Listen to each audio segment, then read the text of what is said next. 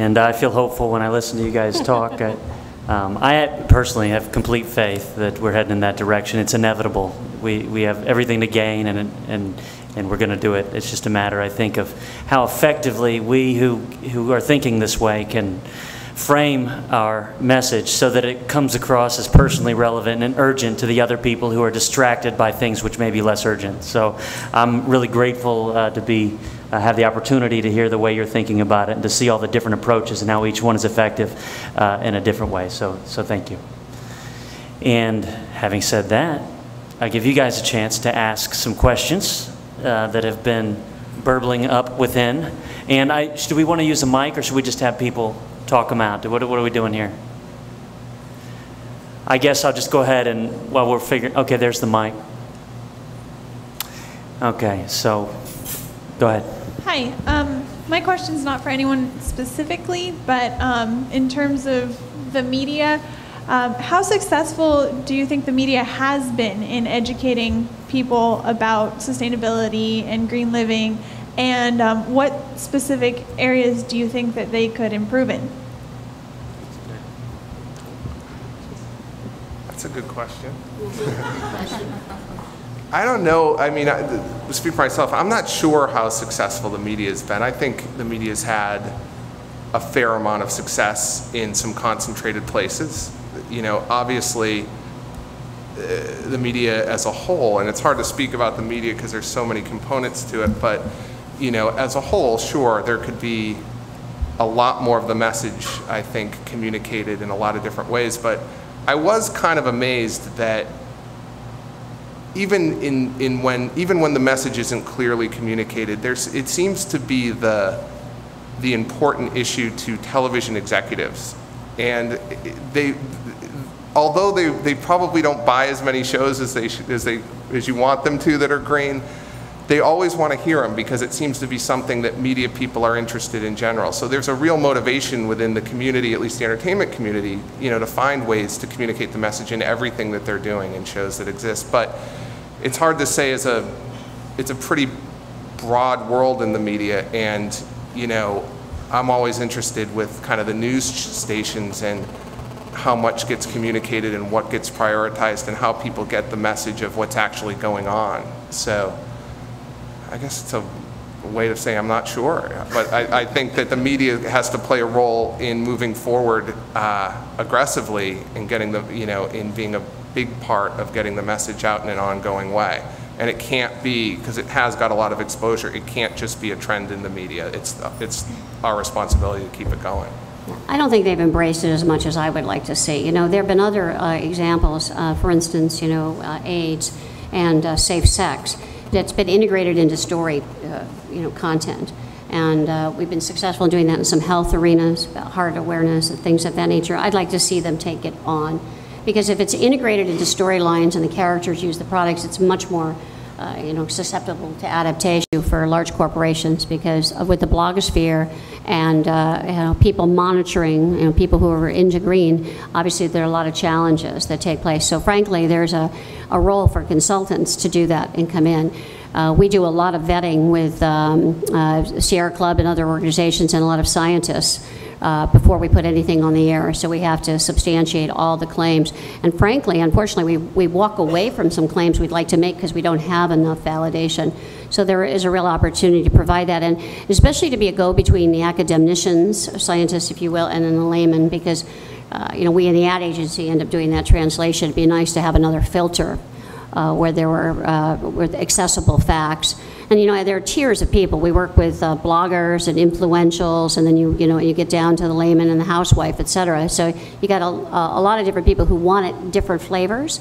So you have to have it extremely scientifically, and then you have to have it more easily, simply conveyed. But there's a definite need for the vetting of information, and also educating people how to ask the right questions. You buy organic avocados, but they're flown in from Argentina. That's not, the carbon footprint is worse. So helping people make those intelligence decisions is really important too, and sharing that information. I know, like at Whole Foods, doing that on their website and at the store level. The more skeptical and questioning we get, the better off we're all going to be, because it's going to be authentic. So I commend you for doing that. I know we need companies like that, consultants. All right, hands. Who's ready? I have to go to the back here. I notice continually in the conversations I have, so many people are pointing to the fact that their children, their nieces, their grandchildren, their nephews are the people that are the enforcement mechanism for the green movement. They're pushing people to recycle. They're pushing people into the organics. They're the real decision makers of this movement. And I'm sitting and listening to a panel where a woman has personally financed an educational curriculum series for greening, and I wonder why there isn't being more emphasis put on the generation of youth, which are clearly much more susceptible to the green movement and have much fewer barriers to changing their habits because they haven't acquired these habits yet. Why isn't more being focused on the generation of Americans which will ultimately make this green movement take root and sort of achieve what its vision and its mission is? And why isn't there more media, education? Why aren't companies targeting this youth? Because I've worked on music tours where the estimated bill for a recycling program for the country's largest music tour was $450,000. We were able to reclaim 99% of the recyclables by pulling 150 youth volunteers per market in 35 markets, and it cost nothing. I mean, this was just kids getting t-shirts, pulling recyclables. I mean, they were literally ripping the bottles out of the people's hands to collect them so they could take a garbage bag full of recycle bins back and get their organic t-shirt. And I really think there's a lot of possibility within this generation. There's not as many issues of authenticity because they're very internet savvy, they're digging very deeper, they know how to spot greenwashing. And why isn't more emphasis being placed on this generation as the sort of saving grace of the green movement? So I just wanted to ask that question. I can tell you two things. One is the state of California is rewriting all the textbooks, and they're incorporating a total environmental curriculum in the textbooks. So that's happening right now, K through 12. And I'm working with them on that and developing a kids company that is going to be web-based as well as product-based, that will be totally empowering to them, but sort of fun with a purpose. That's exactly what you said, and I just can't talk about it yet. But I'm not the only one doing it. You're exactly right, and just what you're doing, everybody is trying to get to the kids. So just stay tuned, it's all coming. This is something that we think a lot about at Good, and although our audience runs the gamut, we have an eye on this generation that's so powerful. And I think they're incredibly receptive to these messages, but at the same time, they're really hard to reach. So if you tell this generation to do something, they're going to do the opposite. But if you make them aware of the possibilities, and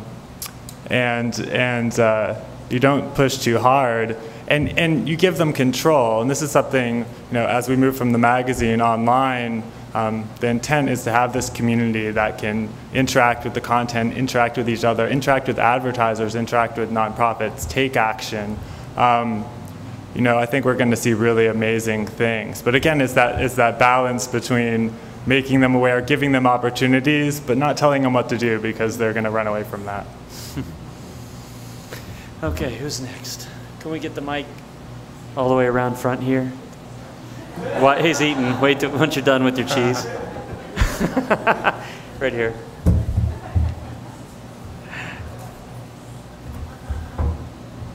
Steve. Thanks for the conversation.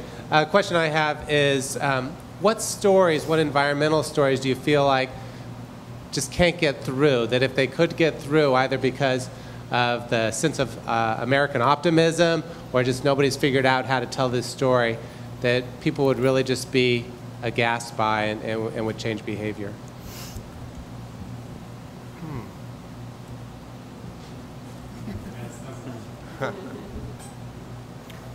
I mean, I'd be a little stumped.